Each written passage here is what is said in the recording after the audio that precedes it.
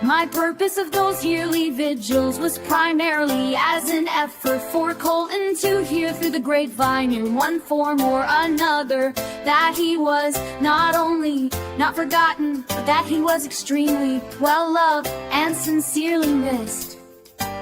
And to show Colton that whether his leaving was unintentional, as in afraid to come home for missing curfew, and one day turned into 2, 3, 4. By that time he may have felt that he had painted himself into a corner, and I wanted to not feel embarrassed or humiliated that this had gone on as far as it had, because hell, the whole world that knew him, or at least his family and friends, were willing to have a party, and he was the guest of honor. No, it's not like I ever had that fantasy that in the middle of pizza the first year, or grilled burgers that last year, that he would come walking up and join us. Although it was a comforting story we all let run through minds at least once or twice as we planned events east in September. Although my once upon a time story usually had Colton walking in back door as I'm doing dishes. See,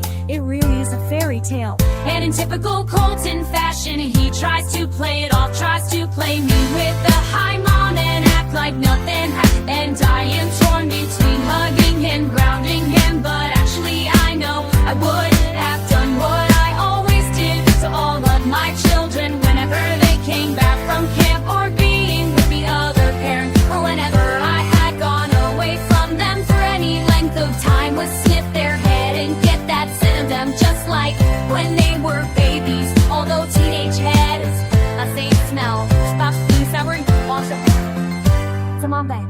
Did you kids notice? Or was I slick? Her into his getaway in an effort to start a new identity, knowing in hindsight just how horribly stressed he'd been with events occurring to him at such a young age of 17. And it was bittersweet to hear the new Shinedown tune playing at that time. Second Chance, where the singer tells his parents goodbye, and I wanted him to find out that fickle Ross Barrera that he had tried to leave behind was still very much needed to come home with.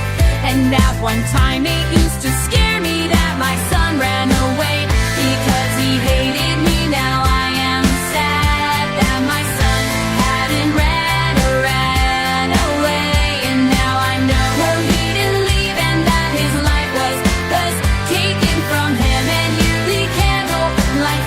I didn't even know for sure how to pronounce that word until 5 years ago. Are not going to go.